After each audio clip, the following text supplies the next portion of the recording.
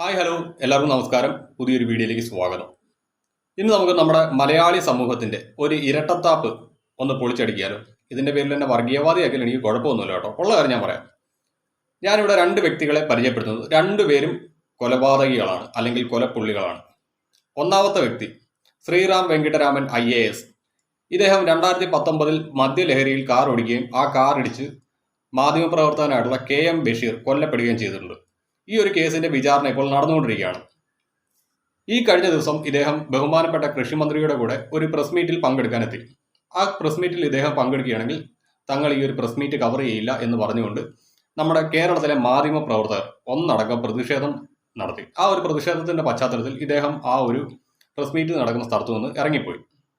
ഇനി രണ്ടാമത്തെ വ്യക്തി മച്ചിലകത്ത് പീഡിയക്കൽ അബ്ദുൾ റഹീം. ഈ അബ്ദുൾ റഹീമിനെ കുറിച്ചുള്ള വാർത്തകൾ കഴിഞ്ഞ കുറച്ച് ദിവസങ്ങളായിട്ട് നമ്മുടെ മാധ്യമങ്ങളിൽ നമ്മളെല്ലാവരും കണ്ടതാണ്.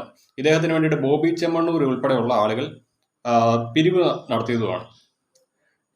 അബ്ദുൾ റഹീം 2006 സൗദിയിൽ ഡ്രൈവറായി ജോലി ചെയ്യുന്നതിനിടയിൽ ഇദ്ദേഹത്തിന്റെ സ്പോൺസർ ആയിട്ടുള്ള വ്യക്തിയുടെ പക്ഷാഘാതം ബാധിച്ച 15 വയസ്സുകാരനായിട്ടുള്ള മകന്റെ ലൈഫ് സപ്പോർട്ടിംഗ് ഉപകരണത്തിൽ ഇദ്ദേഹത്തിന്റെ കൈ തട്ടുകയും അത് ഓഫായി പോവുകയും ആ കുട്ടി മരണപ്പെടുകയും ചെയ്തു.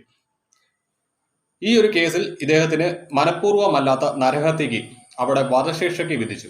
ഈ ഒരു വധശിക്ഷയിൽ നിന്ന് ഇദ്ദേഹത്തിനെ രക്ഷിക്കാൻ വേണ്ടിയിട്ട് നമ്മുടെ കേരളത്തിലെ മാധ്യമങ്ങളും ജനങ്ങളും ഒരേപോലെ പരിശ്രമങ്ങൾ നടത്തുകയും അതിൽ വിജയം കാണുകയും ചെയ്തു.